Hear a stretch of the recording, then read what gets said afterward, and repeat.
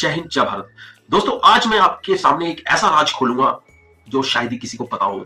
दोस्तों जब जब हमारे देश को एक अच्छा नेता मिला है तब तब CIA यानी कि अमेरिका यानी कि डीप स्टेट यानी कि विदेशी ताकतें सीरियस एक्टिवेट हो गई हमारे देश में।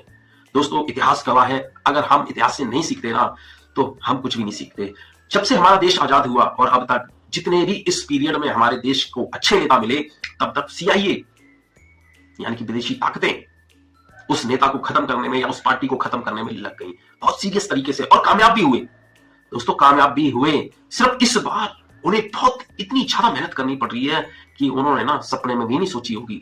ये समझ रहे हो ना दोस्तों। इंदिरा गांधी जब भारत की प्राइम मिनिस्टर थी तब यही CIA यही अमेरिका यही विदेशी ताकतें सीरियस एक्टिवेट लग गई थी, इसको हटाना है।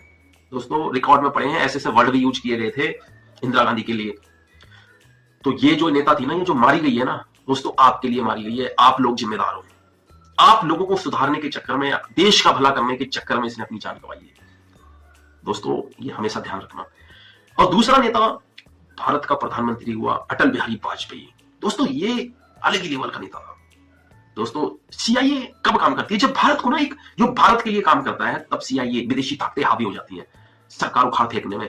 आप रिसर्च करके देखना।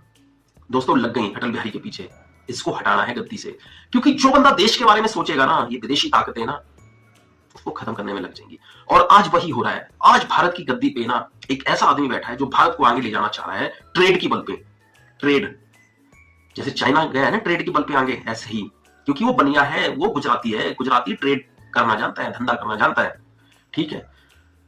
और CIA वाले पूरी ताकत लगा दे रहे हैं। ये विदेशी कंपनियों को आगे नहीं आने दे रहा है, इंडिया के अंदर नहीं आने दे रहा है, उसमें भी अपना धंधा ढूंढ रहा है दोस्तों। इसलिए ना मोदी खटक रहा है पूरी दुनिया में।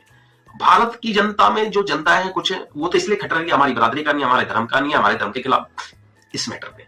लेकिन जो विदेशी ताकतें है ना वो इसलिए खटक रही है। वो जो विदेशी ताकतें हैं ना वो मोदी इसलिए खटक रहा है उन्हें क्योंकि ये भारत देश को आगे लेके जा रहा है। अगर भारत देश आगे जाएगा तो हमारे देश का क्या होगा? दोस्तों ये साइकोलॉजी ऐसे काम करती है।